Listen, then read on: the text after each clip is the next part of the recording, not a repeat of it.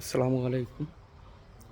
আমি এখন আছি হজরত বাবা শাহজালাল ইয়ামিনী রাদিয়াল্লাহু তাআলা মাজার সংলগ্ন যে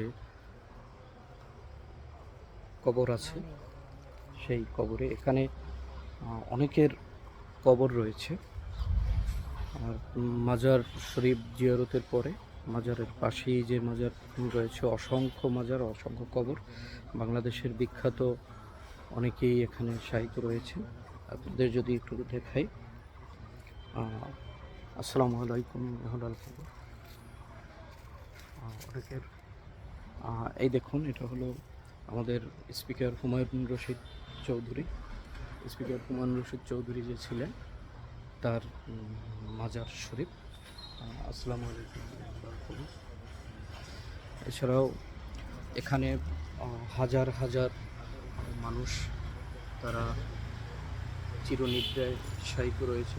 মহান আল্লাহ পাক তাদের সবাইকে জান্নাতবাসী করুক। এবং পাশাপাশি আপনার আমার সকলের যার যার পরিবারবর্গ আছে, সবাইকেই মহান আল্লাহ পাক জান্নাতবাসী করুক, এই কামনা করছি। দেখুন,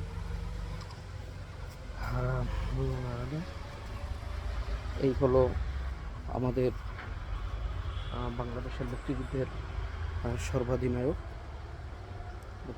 সর্বাধিনায়ক বঙ্গবীর জেনারেল মোহাম্মদ আতাউল গনি ওসমানী এর মাজার শরীফ। দেশের জন্য তিনি অনেক কিছু করেছেন, অনেক কিছু। মহান আল্লাহ পাক তাকে বেহেশত নসিব করুক। এবং আরও অনেকেই এই মাজারে এখানে কবরবাসী হয়েছেন। আর সকলের আশা ছিল যে যাতে করে এখানে তাদেরকে কবর দেয়। দেখুন, আমাদের